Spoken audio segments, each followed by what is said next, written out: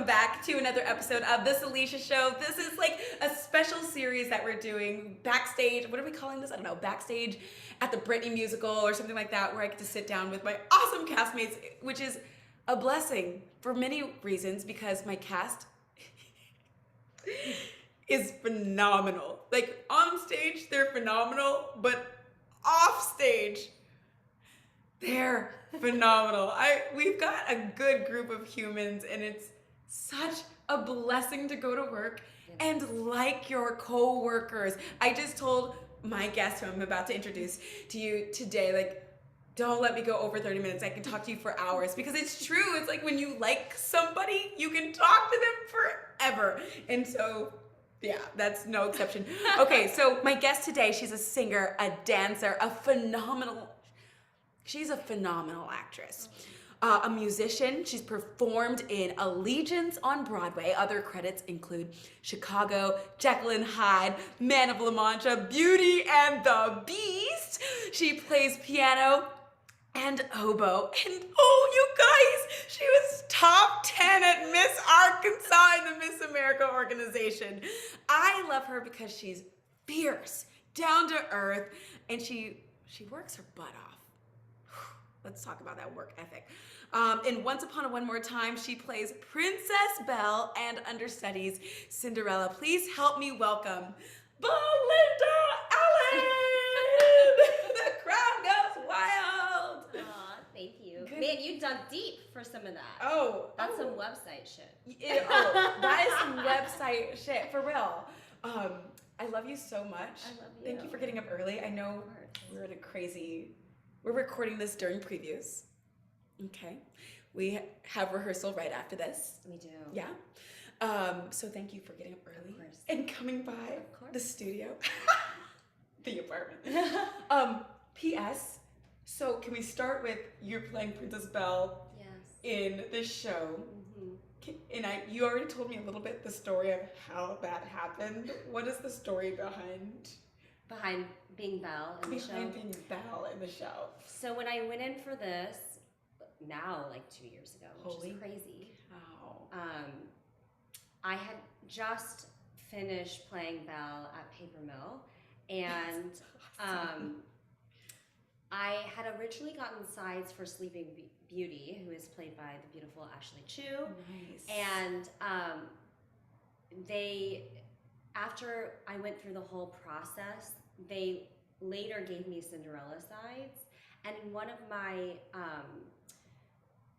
callbacks, David Laveau actually was like, "Oh, I see you played Belle," and I think that when they realized that Ashley was the perfect Sleeping Beauty, and then they wanted to use my understudy skills instead, I think they were kind of, I don't know if this is true, but I feel like it's a little bit of a wink and a nod to my resume, which is really sweet. That's awesome! Yeah. And your costume is so cute. It's actually one of my favorites in the show. Selfishly, I agree. I love my costume. It's awesome. It's like, oh, that's Belle. Yeah. But like cute, trendy. Very like Gen Z Belle with like a Barbie cheerleader twist in Act 2, and I love it. My gosh. So how are you during all of this? Like, and how would you compare like rehearsals before COVID to the process that we're experiencing now? Well, to answer the first part, I mean, it's an overwhelming process. Yeah. I mean, all consuming. Yeah, it's all consuming, and doing it during a pandemic, and I got my booster like over a week ago, and so I was under the weather all last week because of that. I mean, there's a lot of elements, and also doing a brand new show after not doing anything really for a year and a half, 2 years is a lot. It's a lot. It's a lot. There was zero transition. Yeah. We went from, and I don't know what your experience was during the pandemic, if you did any work or like anything else, but I went from sitting on the couch to full time, 6 days a week. Yeah. Like long days. Yeah. I was lucky because I had a couple of little things, and I had 2 things leading up to rehearsal, so I was able to sort of get my mind and my body and my spirit back into that realm and world. But it was challenging, and also weird little things that I hadn't even really considered. Like, I had gotten married right before the original rehearsal started. And so this was the first time I really am working and really away from my husband since we got married. That's real. For more than just a little bit. Right. So just weird things, a lot of small things that when piled together, you're like, oh my God, this is an experience. Right. Yeah. And also the whole energetic shift of, I don't know how isolated you were during the pandemic, if it was just you and Sam, or if it was you and I don't know who, like family, but going from like your bubble, whatever that was, to a room full of the most energetic people. Yes. Exactly. It's a lot. And that kind of goes straight into what you asked also about, like, the process being different. Yeah. You know, you go into a couple years ago, we went into it thinking, first of all, we knew we were on a production contract. We knew when we were going to open Broadway. We knew, you know, we had all of it planned out. And we also were all coming from other jobs. So we were already in the swing of the world. Yes. And then to come through into it the second time, there's a lot of bittersweetness, because as painful as the pandemic was, I think for the majority of us, if not everybody in the cast and team, we found ways to value that time. And and we made the most out of it. And like my husband and I, like, sold our condo, and we were nomadic for a long time, and then just traveled around the country and like just Airbnb'd around weird places. What? Yeah, it was actually very fun. Like, so fun. We got to a point, so we fled and went to Minnesota where his family fled. But really, though. We fled, because there was a curfew where we lived, because we lived right across the river in Jersey. Okay. And our little town was having curfew go earlier and earlier. And it was like hitting 6 p.m. and we were like, we can't do this. Yeah, we had no outdoor space. We had 700 square feet. You know, we were like, we can't do it. 6 p.m. Yeah. So we packed up our car and we went to... We're like, we're out of here! Yeah, we're out! But, we went to Minnesota where my in-laws are.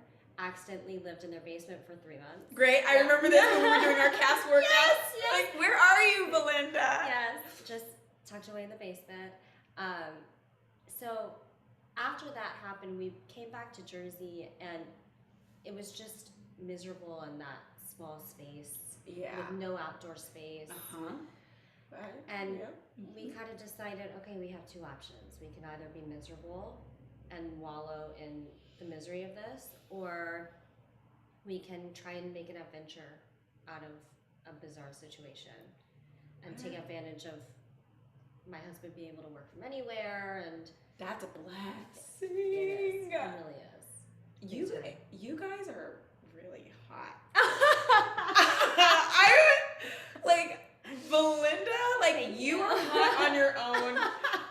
He is hot on his own. Very hot. The two of you guys together is like, thank you.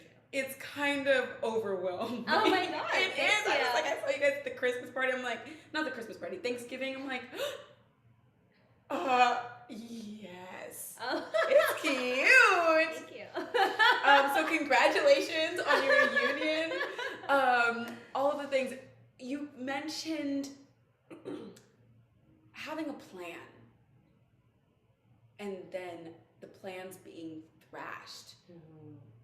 And it makes me feel like, what have we been doing with life? Like, what is the security that we are grasping onto that is all an illusion?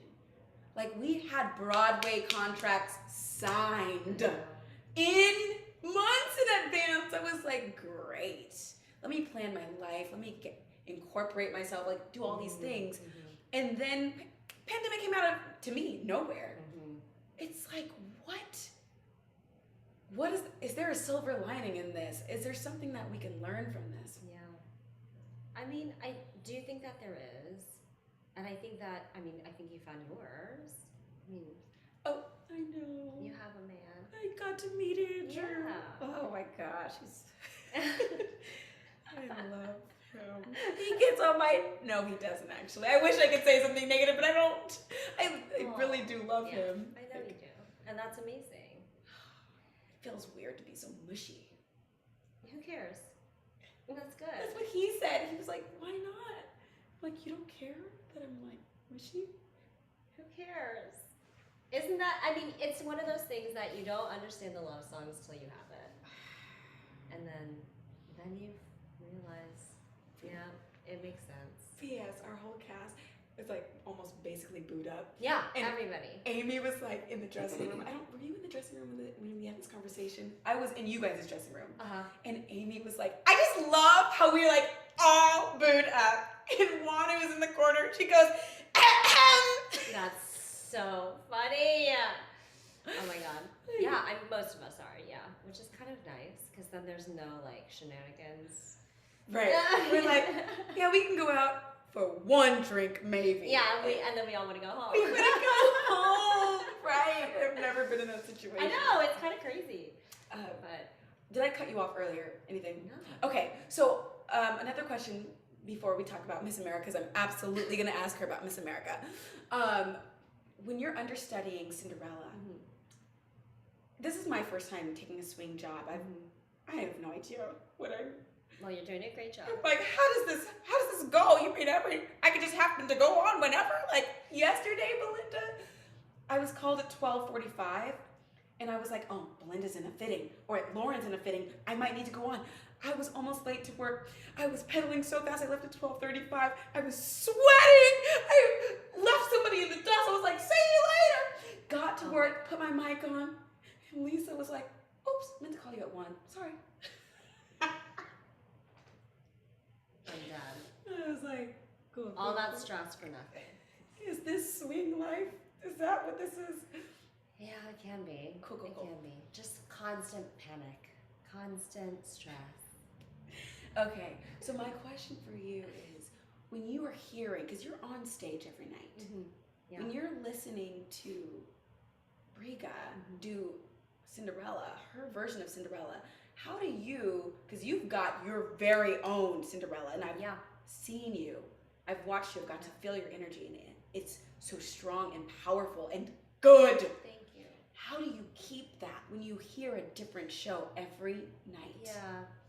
When I listen, I think it's just having that awareness that I know that my pacing and the nuance and the inflection is natural. Even if I tried to do it exactly the same way as her, which would not feel good to me, but even if that was what I did, it would just come out different. And so I think giving myself permission, and this team has done nothing to make me feel like I can't make my own choices, as long as they're obviously within the realm of who she is. But just feeling like I have the autonomy to be myself with the role, and giving myself permission and trusting that I am strong in my own ways, Yeah. I think something that it's so easy being an understudy, second string, whatever you want to call it. It can easily feel icky or bad, and I was lucky that I understudied early in my professional career, so that I was still very excited to do it, and I've gotten to understudy some incredible women, and so I've never been in a situation where I feel less than. Yeah. And I've seen people who feel less than, and I have in certain ways. Too. Yeah, and I just. I mean, I haven't. I don't feel less than. I've seen it. Yes. Yes. We've all seen it, I think, and Yeah. which is really unfortunate. And when I've been a principal, I've tried to be very clear to my understudies that I deeply respect them and know that their job is much harder than mine. It's so much harder to be the understudy than to be the role. Dang. And, I mean, it is, because you're doing multiple things. You're not able to live in that world at all times, whereas the actual person can live there They the can whole time. live there. If you watch me, though, as Belle, you'll see me having very Cinderella-like reactions a I lot of times. So yes, I'm like, Belle's gonna be really on board with Cinderella's love this journey. Also, by the way, you get that laugh every night. It's so good. Thank you. So funny. It's good. Thank you. That's not me at all. That's definitely John Hartmere. But yeah, I think just allowing myself to. There was a moment that I had where I was like, I could really be down on myself for just being the understudy. Or there have been so many times that I've seen a cast come out and be like, oh my god, they are the understudy and they are the understudy? What a badass cast. Yeah. And like Lauren, who is the other Cinderella understudy, is fucking amazing. She's great. And her resume is like incredible. And so I was like, if I saw her name on a press release, I'd be like, oh my god, she is understudying Cinderella. Dang. So I was like, even if you don't believe it, feel that way about yourself. Feel that way about like the people who have seen you in other roles who I feel that way about Alicia. I don't know how to say her last name. It's very French, like Des Laurel. Oh yes. She's amazing. Yes. And she's who I saw when I saw Hamilton. She was on for Angelica. I'm like, Yeah. I can't picture another Angelica. Exactly. And that's the thing is, we've all been in those audiences where to me, when I've seen understudies go on, you either see someone who is afraid to take ownership of the role or someone who is fully taking ownership of the role. And that is truly the only difference between what for me constitutes a good or bad performance. Wow. And so if I let myself take ownership of the role when I have the opportunity to go on, then I think that I'll do a good job. Yeah. You know? Whereas if I am afraid to take any ownership over what I bring to it, then it's gonna read. That's right. gonna be seen. It'll be flat. Yeah. It'll be very two-dimensional and not authentic to who you are. Exactly. And when I get to see you play, you really bring Belinda to it. I'm like, what? What is this? I was not expecting that color in Cinderella. Yeah. And you really do make it your own, so it's exciting. Thank you. And Brig is so sweet. Like, she's the best. she's so nice, and it seems like there's a very good relationship there Yes. between you guys. And that's definitely an element that I have no control over, and I got very lucky where the person that I understood is so gracious, so kind, and so giving with her knowledge and insight into who this woman is. Yeah. And like wanting us to be successful as opposed to wanting to be the only one. Right. She's not doing that at all. Oh my It's gosh. amazing. I feel like, and I understudy like 10 of you guys, and I feel like you guys are all that generous to me too. I'm glad. I'm glad you feel that. Most of our cast has understudied or swung before. Sorry, my phone is like buzzing like crazy. And so it feels like everyone understands. I feel so supported. It feels so good. Yeah. So another question. How has it been, and who knows, if I need to edit this out, we can. But how has it been for you, like, being in a show about Britney while she's been in the news so much? I think it's exciting. I think from like a marketing perspective, I think we've missed some opportunities. So maybe edit? I don't know. We've missed some opportunities.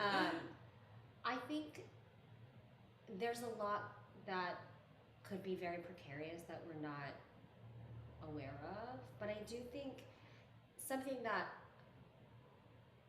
kind of clutched for me recently about the show and how it parallels to what's going on in Britney's life is like the freedom that happens by the end of the show. The freedom to make your own decisions, and that is really powerful. Like, this woman hasn't been able to make her own decisions for 13 years or whatever it is, and here we are fighting for a choice in our own lives, and then we finally get that at the end. And what a beautiful homage to what is happening in her life. Whoa, Belinda. I've not made that parallel. I kind of crave a little bit more of like the idea of freeing Cinderella, because I do think that Cinderella is like the Britney Spears figure in the show. Yeah. But then I was like, oh, there really is that, and I just wasn't looking for it. You know, like there is. I'm seeing it as just a general female empowerment, which it very much is, but it's so applicable to who Britney is and what she's been going through, and like, you know, even just the idea of in Cinderella's song, in Every Time, when she's like, maybe I could be, you know, was I happy? Maybe I could have been happy. You know, from the outside, for the last 13 years, we've thought of Britney Spears as having everything anybody would ever want. And then the more you dig into it, you realize that's not what it is. Right. And what truly makes us happy is when we have autonomy and independence, and we can make mistakes. The road will twist and turn, but you know, we're in good hands. Because we're in our own hands. Wow. Shoot. Okay. I'm like, I was about to switch gears, but I'm like, oh, you just kind of like laid it on me, and I've never really thought about it that way.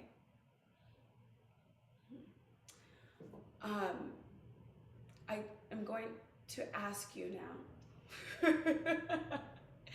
Forgive this transition. Josh, please smooth out this transition for me. Because that's real. I never really thought about that. Thanks. I would like to ask you about Miss America. Yes. You competed for Miss Arkansas. I did. What was your title? Miss Batesville. Miss Batesville! And backstage, you wear the cutest pink robe. I love it. I do too. It's like my one little thing that I take with me from that. Yeah. How long did you compete? So I technically competed for Miss Batesville twice.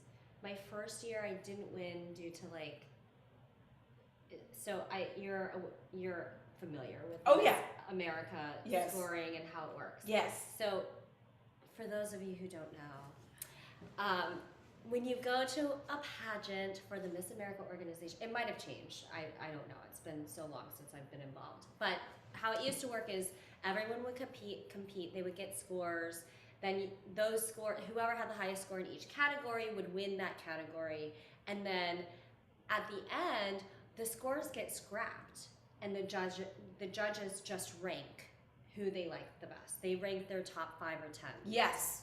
And then they kind of average preferential voting, I think is what they call it. Okay, that makes like sense. Scores go away, and they're just like 1, 2, 3, 4, 5. Yes. So the scores at the end for the actual winning of the title are out the window, and they just rank you, and then they take essentially the average of the rankings, and that's who wins.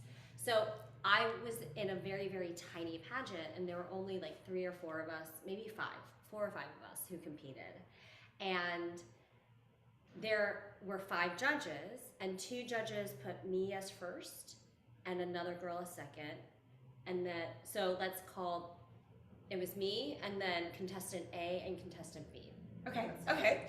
So they put me as first and contestant B as second. And then 2 other judges put contestant A as first and contestant B as second, because they were trying to cancel each other out. They were trying to cancel each other out? Because they were very split on who they liked. And then one person put contestant B as first and me as second.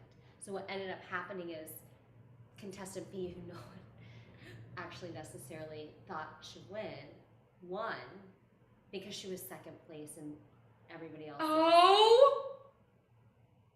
It was crazy. So I became first runner-up. And then when that happened, my pageant, like the people who were involved in the pageant were like, you have to compete again.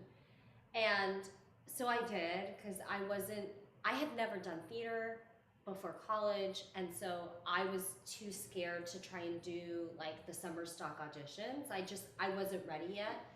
So I went back and auditioned, competed again, and won Miss Batesville, and moved on to Miss Arkansas, where I was in the top 10. It's freaking awesome. It was fun. It was really fun. I was overall evening gown, and I tied for talent. I was overall evening gown and talent, and I tied for overall swimsuit on each of my feet. So I did very well. You did very well. I did very well. On the message boards, they all thought it was either me or this other girl. Message boards. Message boards. Wow, those will be lighting up. Yeah, they were lighting up. What's your favorite phase of competition? Oh. You know, strangely, I loved evening gown. Why strangely? Well, because it's kind of, I mean, you would think that as an actor I'd like talent or something. But yeah, but evening gown, you put a dress on. I had a gorgeous gown. I loved my gown. I gave you like a little back action. Oh, I know that you did. Oh my God. Okay, and how do you feel? This might be controversial. How do you feel about swimsuit? Well, I don't know how it's changed. I know it has changed. I think that it's good. I will say, I was really lucky, and the year that I won, or the year that I competed at Miss Arkansas, the girl who won, she ended up going on to be first runner-up at Miss America. She was a mixed black woman, and she was a little bit bigger, and she wore a one piece, and I loved her. And she was runner-up at Miss America. Whoa. Yeah, she's an anchor, I think in Atlanta now. Her name's Elise Edie. She's amazing. Oh. Yeah. Elise Edie. I think I remember that year. She was amazing. She was also like an amazing person, and she had done all this like legislation for her platform, and like she was incredible. Wait, that's so awesome. Yeah. Okay, so Miss America's happening this week, and I'm like, I haven't been a part of the world in so long, but I'm so excited, and I got a lot of good things from pageants. I know people be shitting all over pageants. They do. Forgive my language, but like they do, and that can be very justified in those reasons. But as somebody who's competed in it, there's a lot of good. There is a lot of good that can come out of it. With you. What is one of the things that you would say like you got from it, like you could take into your real life from it? Well, I do think that like the poise and being articulate, I learned from that. I mean, we could have a whole other like 3-hour conversation about what I'm about to say, but I grew up mixed race in the South, and it was uncommon to really see mixed race people, specifically like Asian. You didn't see that. I'm half Filipino, half white. Okay.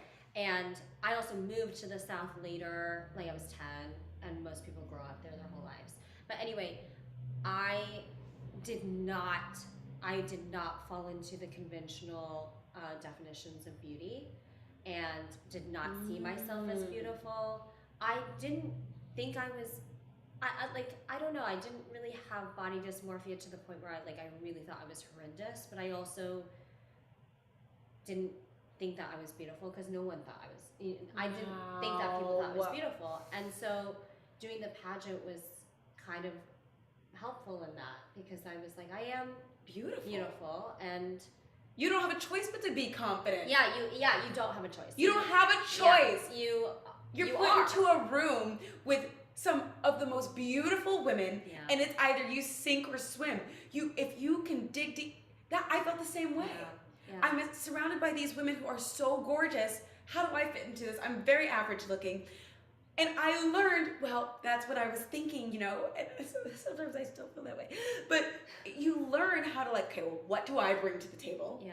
And how can I fool everybody into thinking that I am the most freaking beautiful person in this room? It's so true. Well, and the cool thing about the pageant system is you have people that work for your local pageant who their job for that year, they're usually volunteers, but they love doing what they do, and their job during that week especially is to make you believe that you can win. Wow. And so these people who, whoa, I mean, they just like made me feel like I was a badass, and they. Well, you are. Thank you. But you know, they were like, okay, we're gonna move your swimsuit straps up a little higher because that's gonna make your body look even better. And it was never negative. It was always like, how can we make you your very best self, your most confident self? Yes. And I think that the confidence that yes you can get from pageants, it definitely helps in any career field. Half the time you see people out there, like, not everybody is the best at what they do. There are some people who are the best at what they do. But sometimes it's more confidence than 1,000%. I think if you can just grasp the confidence. Yeah, I think that's something that I've learned. You know, as the more I'm an adult, I'm like, oh my god, a lot of people are not necessarily great at what they do. They just do it, and they just do it, and they're like, I'm gonna do it. How many Netflix shows have you seen that are like, what the heck is this? Exactly. Exactly. But somebody was like, you know what? I'm gonna just finish writing this script and see what happens. Yeah. And here we are watching Tiger King. Yeah. So like, if you have the confidence to just finish whatever you start, like it can go so. Yeah. I love that. And so Miss America is like happening in a few days, and I feel so excited because my favorite Miss America, Caressa Cameron, messaged me on Instagram. She's like, really? Hey girl, because I interviewed her for Black Hair in the Big Leagues. Oh my god, that's so I cool. know. She was like, what should I do when I'm going to New York for a couple days? I'm like, be cool, be cool, be cool. I'm like, have you tried this? Have you tried that? Wait, what year was she? I want to say, don't quote me on this, but I think 2010, because that was the year that I like discovered Miss America. So it might have been 09 or 11, but she was a black woman, and she won. And I've never seen, like, that was my first introduction to. That's amazing. Yeah. That's amazing. And she's awesome. And when I competed for Miss World, they got rid of the swimsuit competition and put in a fitness competition. That's amazing. So it was not about like just how you look. It's like, how strong are you? How many burpees can you do? Oh my god. How many push-ups can oh you my do? God. Can you pull this rope? We were running with Belinda. We were running with sandbags upstairs. What? Yes. That's amazing. Yes. I'm tired just thinking about it. Wait, I want to get on that regimen. Yeah. Shit, that's amazing. Yeah, Miss World is like a thing, but not here in America. They usually just take a model and send her as our representative as Miss World America. They just have a pageant. So, and also when I was Miss Fullerton back in 2013, my teen Miss Fullerton, Jasmine Avalos, she's now Miss California. She's competing. For Miss America? Yes! Yes! I know! And she was like so itty bitty with the braces and just like, oh my gosh, and what about this? And what about this? And now she is this woman. That's and to crazy. watch that, it is just, Amazing. There's something beautiful that comes when you are so devoted to your self-development. And I think that is, I think that's a positive. I do too. I think I definitely saw negatives when I was competing. There's definitely negatives, and it would be foolish to try and say that there's not. But I do think that there are a lot of positives, and I was really lucky that the year that I competed, the woman who won was in every way deserving, and is a badass woman to this day. You know, I mean, there are definitely people who don't take it, they take the wrong things out of it, but there are a lot of, the majority of people really are incredibly smart, and they have to be. At Miss America, you're being asked like more than what's your favorite color. Oh yeah. And what do you think about the Supreme Court ruling for And I'm like, oh, you cannot answer that and be dumb. No, you can't. Yeah, I mean, I met some incredible people when I did it, and and I only did Miss Arkansas once. Oh, you know, there are people who do it for many years, and you make some of your best friends doing it. I had a foot out the door the whole time because I knew I didn't want to win. I didn't want to take a year off of school. Oh, that's real. Yeah, and so That's real. so I just wasn't fully committed to it, but I learned a lot, and I mean, the people that were involved in my local pageant, I still talk to this day. Oh, So, I love that. Yeah. Belinda, I love you. I love you. I love you so much. Oh my God. I literally could talk to you forever. I could too.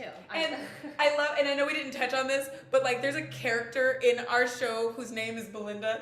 And Belinda's name is so unique. She's like, how the heck is this?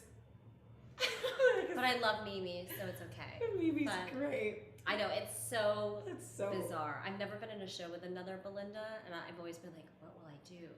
And now there's a character. There's a character. You're like, are they talking to me?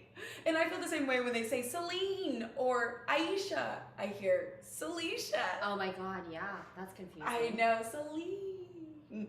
Anyway. Yeah. What was the end of it? What was it? I love you so much. Thank you for joining me. How can people find you? On all social at Belinda_Allyn with a Y, Allyn. Oh, and your website? BelindaAllyn.com. Okay. Thank you. That's another episode of the Salisha Show. See you next week.